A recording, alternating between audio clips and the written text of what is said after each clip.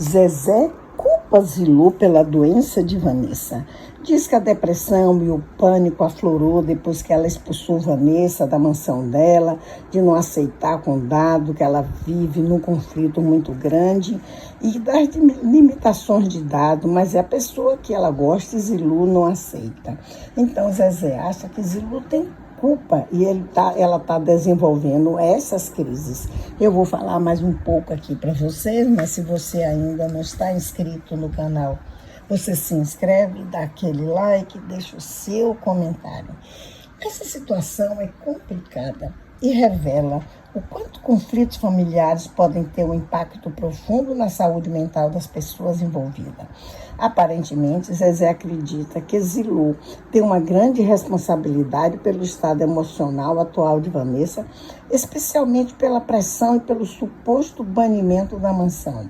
Se realmente houve uma falta de apoio e aceitação de Zilu em relação ao relacionamento de Vanessa, é possível que isso tenha gerado um peso emocional ainda maior para ela. No entanto, culpar alguém por uma condição como depressão e síndrome de pânico é um tema delicado. A saúde mental é influenciada por inúmeros fatores, desde predisposição genética até eventos externos. Os conflitos entre os pais e a falta de harmonia familiar certamente não ajudam e podem agravar essas questões, mas aportar diretamente Zilu como responsável por essas crises talvez seja uma maneira de simplificar uma situação que é, na verdade, muito mais complexa. Talvez seja o momento de Zezé, Zilu e todos os envolvidos focarem em oferecer apoio incondicional a Vanessa, sem atribuições de culpa, para que ela consiga encontrar estabilidade emocional. Deixa aí o comentário de vocês. Vocês estão? Eu andei um pouco sumida das redes sociais, no geral, até da vida social. E queria dividir com vocês, porque eu acho que quando a gente passa por uma situação, por um desafio grande na nossa vida, se a gente compartilha, a gente se fortalece e a gente fortalece quem tá passando por isso também. Eu sempre tive problema pra dormir, de verdade, assim. Sempre tive uma vida mais vespertina, sempre fui dormir de madrugada, trabalhando também muito de madrugada. Acostumei meu corpo a dormir muito errado. E eu venho dormindo errado, e ainda mais esse ano, que foi um ano muito intenso pra mim. Um ano de muito fortalecer, muita questão que eu tive que me fortalecer muito. E trabalhar muito o meu coração, os meus sentimentos, as minhas ideias. De um tempo pra cá, eu vim tendo uma situação no sono que foi me incomodando e que chegou num ponto que chegou a dar um problema pra mim que realmente prejudicou. Eu não sei ainda se é uma apneia, eu vou fazer agora uma polissonografia, que é um exame do sono, porque eu vou dormir e toda vez que eu começo a dormir, eu tô cansada, exausta, eu levo uma espécie de susto, de uma falta de ar, é uma sensação de sufocamento. Então eu começo a relaxar, o meu corpo entra em sufocamento e eu acordo assustada e fico agitada aí para voltar a dormir de novo. É um trabalho, aí eu durmo e dá de novo, aí eu acordo de novo. Então, no domingo passado eu tive uma situação que fez com que eu ficasse a noite inteira acordada. Eu fui conseguir dormir só às 2 da tarde, exausta, falando com os médicos, sem entender o que estava acontecendo, completamente assustada, porque é uma sensação de morte.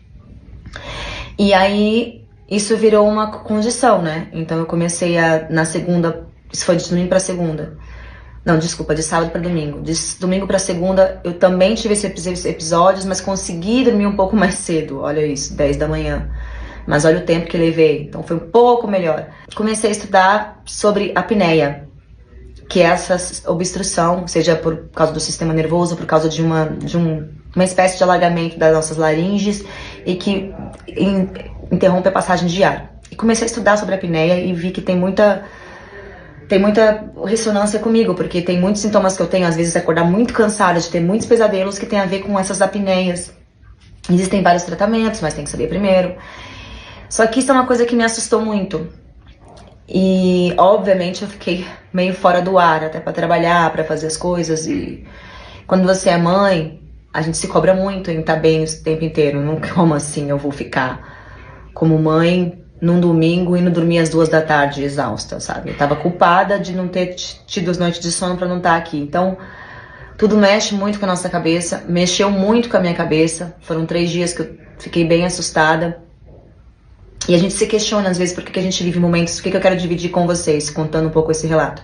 Muitas vezes a gente está vivendo uma situação que desafia muito a nossa paz de espírito, a nossa sanidade mental, a nossa qualidade de vida, e a gente se questiona por que eu estou vivendo isso. E eu estava muito me perguntando, né, por que esse ano tem sido tão desafiador para mim, com tantos obstáculos, tantas dificuldades, tantas coisas que me doeram profundamente e eu estou tendo que viver. Eu tava vivendo, né, esses últimos dias uma sensação de morte, sabe? Uma sensação horrorosa. E eu falei, por que eu tô vivendo isso? E questionando muito a Deus, por quê? Quando a gente se ajoelha, quando a gente toma a atitude de orar, as respostas vêm. Então, o que eu quero falar com vocês, quando você estiver passando por um momento difícil na sua vida, confia que se você pedir ajuda, se você se ajoelhar e sinceramente precisar de ajuda, se você pede, vem. Em mim vem em forma de elucidações no meu próprio pensamento que foram me indicando caminhos e me mostrando, sabe? Eu já tô vivendo essa situação, mas menos assustada. Então ontem eu comecei a orar e chorando, cansada, às 5 da manhã, querendo dormir, não conseguindo. Eu comecei a refletir sobre tudo que eu tenho passado na minha vida nos últimos anos, os caminhos que me levaram a estar vivendo essa situação na minha saúde e como eu posso daqui conseguir evoluir e mudar isso na minha vida. Eu posso mudar isso? Eu tenho chance de mudar isso? Eu tenho chance de mudar isso. Então, várias reflexões passaram, o que eu preciso fazer, mas a principal delas foi entender que tudo que a gente passa na nossa vida, das coisas mais lindas, as coisas mais difíceis e dolorosas, elas têm um propósito. E o propósito nunca é com que você morra, com que você se destrua, com que seja uma dor, um castigo. Para mim ficou muito claro ontem que é uma forma de despertar geral, para várias coisas na minha vida que estão acontecendo que eu preciso despertar. E esse despertar, às vezes, vem por forma da dor, porque às vezes a gente não desperta na alegria, no bem bom, no confortável. E às vezes o universo quer que você dê uma reviravolta, porque ele tem um plano maior para você que você pediu. E eu percebi que eu tenho um acordo com Deus muito tempo, com o universo, com Deus, há muito tempo desde que eu nasci. Que é de ter um propósito de vida. E qual é meu propósito aqui? E toda vez que eu me afasto dele, a minha vida vira uma avalanche. E aí algo muito forte me traz de volta para o meu propósito e me traz de volta ao meu centro. Então, quando eu passei por isso ontem, eu comecei a agradecer o que eu estou vivendo. Porque eu acho que é só dessa forma que eu vou mudar coisas que eu preciso realmente mudar na minha vida. Entre as minhas escolhas, os meus hábitos, a minha forma de ver o mundo, a minha forma de agir na minha carreira, na minha vida. Né? Às vezes a gente vai só atropelando e vivendo as demandas e tudo que tem que acontecer e a gente não para ser, para viver de verdade, para realmente ser um ser presente na vida e estar aqui vivendo o nosso maior potencial, com potência mesmo. Tudo tem um tempo para acontecer, que é um trabalho às vezes de formiguinha, pouco a pouco, mas que a gente possa ter a consciência de que aquilo vem trazer a gente para outro lugar. Porque é isso que a gente veio fazer aqui, é muito além de pagar conta, de alcançar números. Quando a vida vem e parece que leva a gente numa avalanche, num tombo gigante, a gente se vê perdida, não sabe para onde cair, para onde ir.